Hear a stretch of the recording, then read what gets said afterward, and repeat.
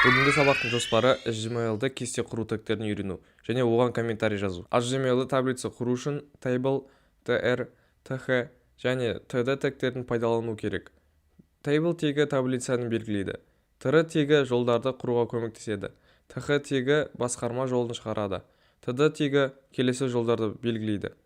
Енді соған мысал келтірейік, екі топтық жолдың бар екенін білетін үш бағаны бар таблица құрастырайық. Бағана айтқандай бізде table тегі таблицаны белгілейді. Tr тегі жолдарды құруға көмектеседі, ал th тегі басқарма жолын шығарады, td тегі келесі жолдарды белгілейді. Сондықтан біз бірінші body'дің ішіне table тегін жазамыз. Tr тегі. tr нені атқарады? Жолдарды құрастыратын тег болып саналады. Яғни tr ол бізде бірінші тег. Қазір мен жазып болайын осы мысалды, сосын түсіне бастайсыздар. Біздің сайт машиналар туралы болғандықтан бізге машинаның тематикасын алу керек болады. Мысалға th дегеніміз бізде ол тегтің басқарма жолын шығаратын тег. Сондықтан реттік саны дейік. Содан кейін тағы да th тегін жазайық. Бұл жолы оның атауы көлік маркасы. Келесі бағанымыз біздің болады. Ол көліктің бағасы болады. Сонымен бізде бірінші таблицамыз, кестеміз сызылып болды. Енді келесін ашатын болсақ, біз қайтадан tr тегін жазамыз. Оған не жазамыз? Оған осы жолы th-ны жазбаймыз, td-ны жазамыз. Неліктен? Th ол ең бірінші тұратын таблицалар болып саналады. Мысалға, мұнлар қысқасын айтқанда бірінші болып тұрады th. Tr содан кейінгі таблицалар. Қазір көре жатасыздар. Td бұл жерде td реттік саны болғандықтан, міне реттік саны мына жерде тұр 1 деп жазамыз. Енді қайтадан td дейміз. Td уже екінші болғандықтан көлік маркасына түсіп тұр. Көлік маркасына біз жазамыз. Мысалға Mercedes дейік. Қайтадан үшінші бағанға түсіреміз. td. Оның біз бағасын белгіледік. Егер оның бағасын белгілесек, Mercedes-і мысалға 3 миллион теңге дейік. Енді тағы да таблица ашамыз. Жаңадан оны бұл Mercedes-тен кейін болатын болса, ол кезде біз td тағы да осындай нені қолданамыз, кодты.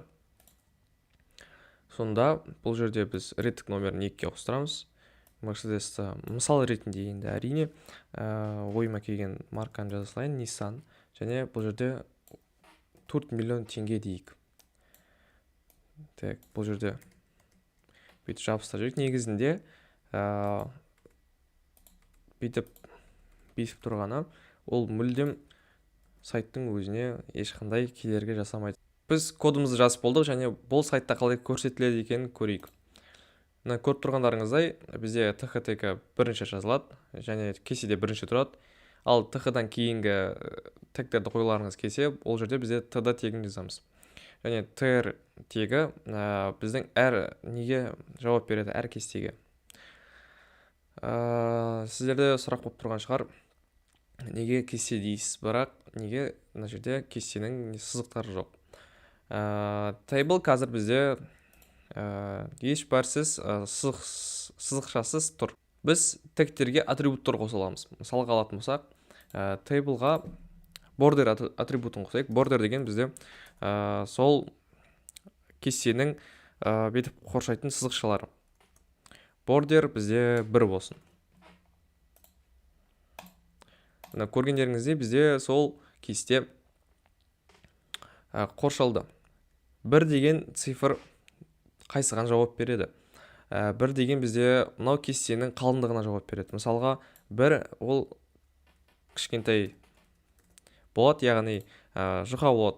Ал бізде 10 деп жазған кезімізде бұл кесте қалыңдығын үлкейтеді. Және комментарий туралы. Комментарий дегеніміз не?